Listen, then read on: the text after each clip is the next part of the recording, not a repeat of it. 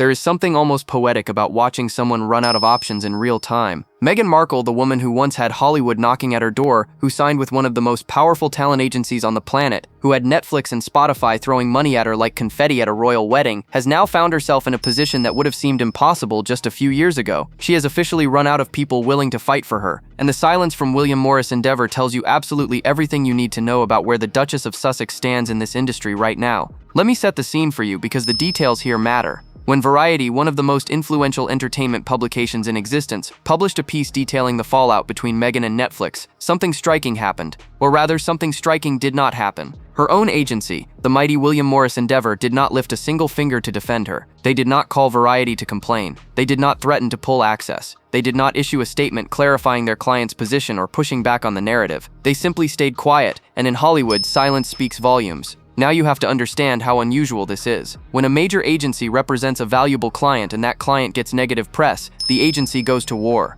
They call editors. They remind publications that the agency controls access to dozens of A-list stars who might suddenly become unavailable for interviews and cover stories. They make it very clear that there will be consequences for unfavorable coverage. This is standard operating procedure in the entertainment industry, and it has been for decades. The fact that William Morris Endeavor declined to deploy any of these tactics on Meghan's behalf reveals a brutal truth that her PR team has been desperately trying to spin away. Here is the devastating reality that nobody in her camp wants to acknowledge publicly. Meghan Markle never made William Morris Endeavor a single dollar, not one. She was never a revenue-generating client in any meaningful sense. The agency could not threaten Variety because they need Variety for their actual stars, the ones bringing in commissions, the ones whose careers they are genuinely invested in protecting. When you are not making money for the people who are supposed to be fighting for you, they simply will not fight. Business is business, and the entertainment industry has never been sentimental about clients who cannot deliver. The question everyone should be asking is how things deteriorated this badly, this quickly. Because when Meghan signed with William Morris Endeavor back in 2021, it seemed like the ultimate validation of her Hollywood ambitions.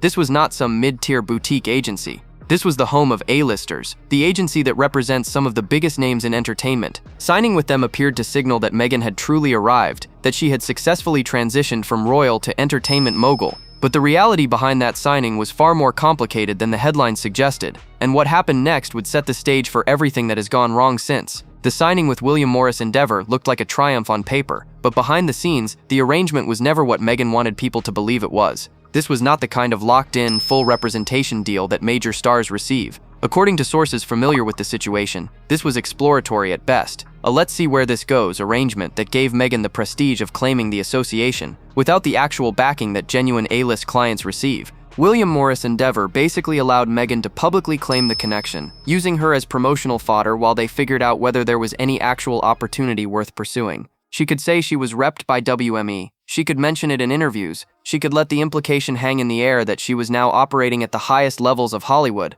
The agency benefited from the publicity of being associated with a real-life duchess, and Meghan benefited from the perception that she had serious industry backing. It seemed like a mutually beneficial arrangement on the surface, but here is where the disconnect becomes apparent. The opportunities that actually came through for Meghan were not the opportunities she wanted. Sources indicate that the offers she received were standard promotional circuit fare, late-night chat show appearances, the Jimmy Kimmel circuit, the usual publicity stops that actors make when they have something to promote. This was not what the former cable TV actress had in mind when she envisioned her triumphant return to entertainment. Meghan was not interested in being a guest on talk shows. She was looking for something bigger, something that would establish her as a serious creative force. What Meghan wanted, according to multiple sources, were the Julia Roberts-level roles. She wanted to be taken seriously as an actress again, but not in the parts she had played before. She made it clear that she would not consider what she dismissively described as playing some dimbo-bimbo. She wanted meaty, large roles that would demonstrate her range and artistic credibility. The problem was that the industry was not exactly lining up to offer her those kinds of projects. The gap between what Meghan believed she deserved and what the market was willing to provide created an impossible situation for everyone involved. The agency found itself in a difficult position. They had a client with extremely high expectations and extremely limited appeal to the people who greenlight major projects. Studios were not calling with prestige drama scripts. Directors were not requesting meetings to discuss Oscar-worthy material. The reality of Meghan's marketability did not match her self-perception, and William Morris Endeavor was stuck in the middle of that disconnect. They could either manage her expectations downward, which clearly was not going well, or they could wait and hope that something changed. What nobody anticipated was that the agency had been playing a longer game all along, and Meghan was never really the prize they were after. Here is where the story takes a turn that Meghan probably never saw coming, though perhaps she should have. William Morris Endeavour did not sign Meghan Markle because they were interested in Meghan Markle. They signed her because they wanted an inroad to the person standing next to her. The real target was always Prince Harry. Think about it from the agency's perspective. Prince Harry represents something extraordinarily rare in the entertainment scene. He is an actual royal, sixth in line to the British throne, someone whose life story captures global attention without any effort required. His potential value as a documentary subject, a speaker, a producer, a face of major projects is almost incalculable. The agency saw Meghan as the entry point, the relationship that would eventually give them access to Harry and the much more lucrative opportunities he represented. The problem was that Harry never wanted to play ball. According to sources with knowledge of the situation, the Duke of Sussex was simply not interested in the Hollywood path his wife had chosen. His vision was always different, focused on Africa, on conservation, on saving elephants rather than conquering Tinseltown. This was never his dream. He had been dragged into Meghan's ambitions, and he was not about to sign himself over to an agency so they could package and sell him to the highest bidder. His theory, as relayed by those familiar with his thinking, was that this was Meghan's dream, not his. He wanted to continue doing what he considered meaningful work, primarily charitable endeavors and advocacy. The problem with charitable work from an agency's perspective is that it generates very little in the way of commissions. Agencies do not mind when clients serve as ambassadors for causes, but most ambassadors receive fees that the agency can take a percentage of. Harry was not interested in monetizing his charitable involvement in that way. He had his own path, and it did not include becoming a product for William Morris Endeavour to sell. Without Harry's participation, the agency's entire strategy fell apart. Meghan alone simply was not valuable enough to justify the investment of resources. The real money, the exciting opportunities, the projects that would actually generate major commissions, all of that was tied to Harry. When it became clear that the Duke was not going to sign on for the Hollywood ride, William Morris Endeavour had to reconsider whether there was any viable path forward with the Sussex brand. The answer they arrived at would become painfully obvious in the months that followed, but Meghan still had one chance to prove her own value, one opportunity to demonstrate that she could be a star in her own right. That opportunity came in the form of a Netflix lifestyle show that was supposed to change everything. The Netflix show that premiered around Christmas was supposed to be Meghan's redemption arc. This was her proof of concept, her chance to demonstrate that she could carry a project on her own merits without leaning on royal drama or her husband's name. The show was positioned as a lifestyle program that would showcase Meghan's interests, her aesthetic, her approach to entertaining and cooking, and all the things she had been trying to build a brand around. For William Morris Endeavour, this was the test that would determine whether their continued association with Meghan made any business sense at all. The show failed. There is no gentle way to put this. It simply did not generate the buzz or viewership that Netflix expected or that Meghan needed. The first season benefited from curiosity, from people wanting to see what the Duchess of Sussex would produce given unlimited resources and creative control. But curiosity only carries you so far, and when the reviews came in and the viewing numbers were analyzed, the verdict was clear. The show had not taken off in any meaningful way. Whatever Meghan's vision had been, the audience was not buying it. For William Morris Endeavour, this was the final nail in the coffin. The lifestyle show was supposed to revitalize the entire relationship. If it had succeeded, if it had become a cultural phenomenon, or even just a solid performer for Netflix, there would have been something to build on. New opportunities would have emerged. Advertisers would have come calling. The agency could have used that success into other deals. Instead, they were left with a client whose highest profile project had landed with a thud, and the question being asked behind closed doors shifted from how do we make this work to where are we even going with this? I had to read multiple accounts of what happened next before I could believe what I was seeing. Sources describe internal conversations at the agency, where the prevailing sentiment was basically bewilderment about what to do with Meghan.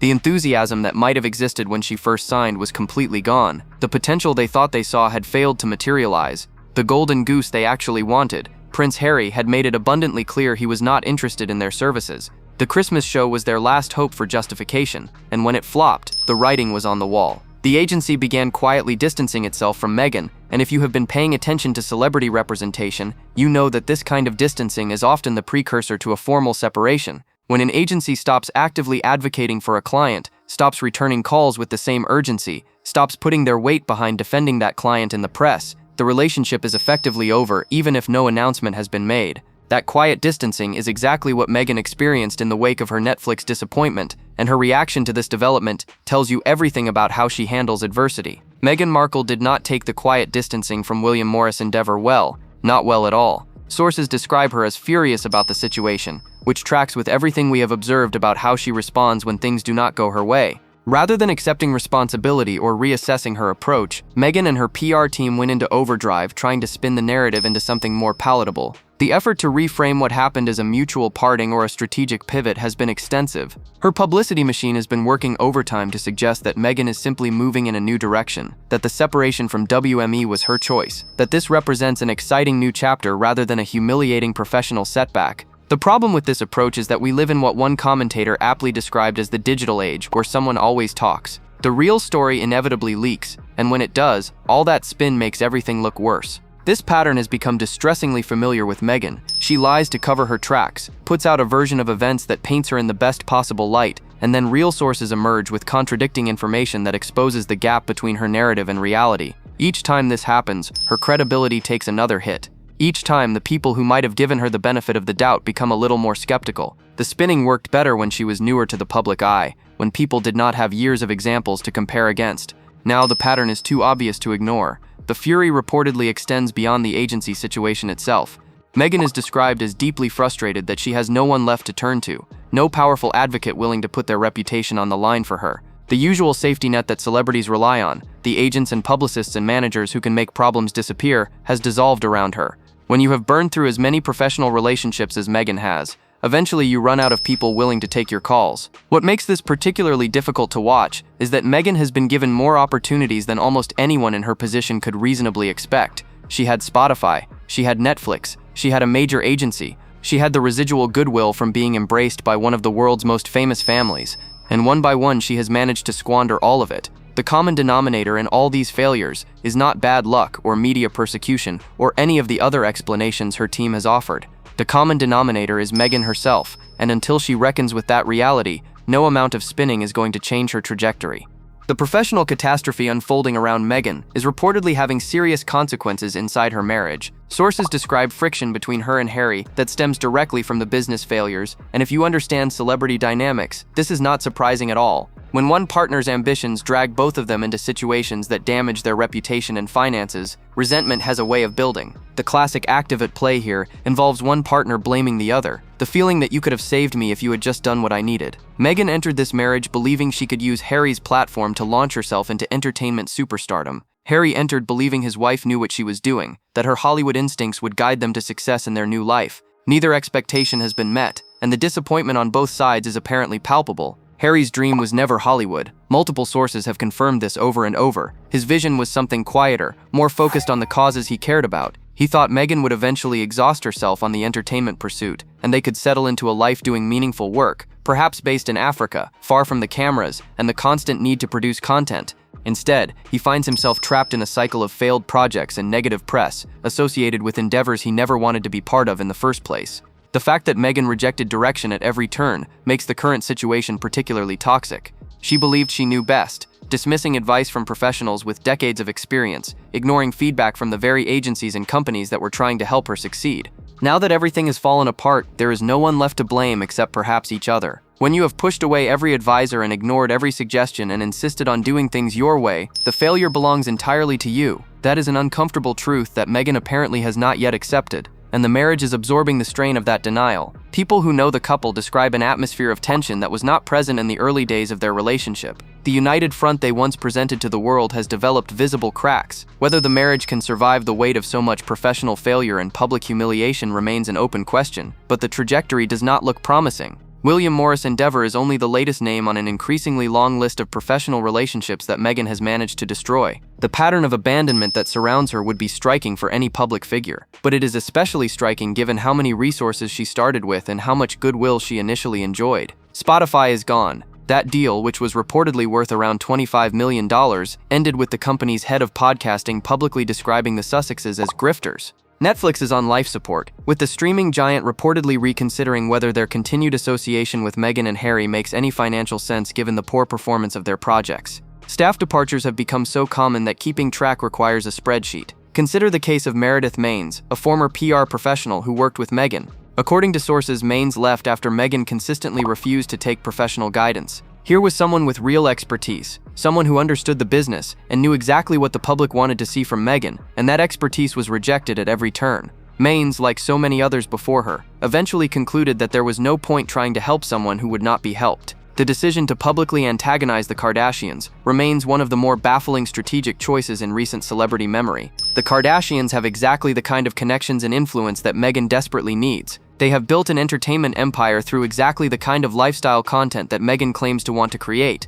Alienating them serves no purpose except perhaps to satisfy some momentary impulse, and it potentially closes doors that might have otherwise remained open. Someone like Meredith Maines would have understood this, would have counseled against picking that particular fight. But Meghan does not take counsel, and so the fight was picked. Even the launch of As Ever, her lifestyle brand that was supposed to represent a fresh start, has failed to generate the comeback she desperately needed. The products have been met with indifference or ridicule rather than the embrace she expected. The carefully curated image she is trying to project does not resonate with consumers who have watched years of drama and contradiction. You cannot spend years complaining about media intrusion and then expect people to eagerly consume your lifestyle content. The disconnect is too obvious to ignore. The through line connecting all these failed relationships and abandoned projects is Meghan's apparent inability to accept that she might not always know best. Every professional who has tried to guide her has eventually given up. Every company that has invested in her has eventually pulled back. Every opportunity she has been given has eventually turned sour. At some point, the common element in all these failures has to be acknowledged, and that common element is not the media or the royal family or racism or any other external factor. It is Meghan herself. There is a lesson buried in this whole debacle, and it is one that Hollywood has been teaching for generations. No title, no marriage, no amount of PR spin can substitute for actually delivering value. The entertainment industry is brutally meritocratic in ways that outsiders often fail to understand. It does not matter who you married or what you used to be called or how many followers you have on Instagram. What matters is whether you can generate revenue, attract audiences, and make money for the people who invest in you. On every one of those metrics, Meghan has failed. The agency system in Hollywood functions much like the old studio system did during the golden age of cinema. Studios used to mold their stars, teach them how to walk and talk and present themselves, control every aspect of their public image. Without that guidance, many stars were completely lost. They had never learned to navigate the industry on their own, and when the studio system collapsed, careers collapsed with it. Major agencies serve a similar function today, providing the infrastructure and support that allows talented people to succeed. Meghan had access to that system and rejected it, believing she could do better on her own.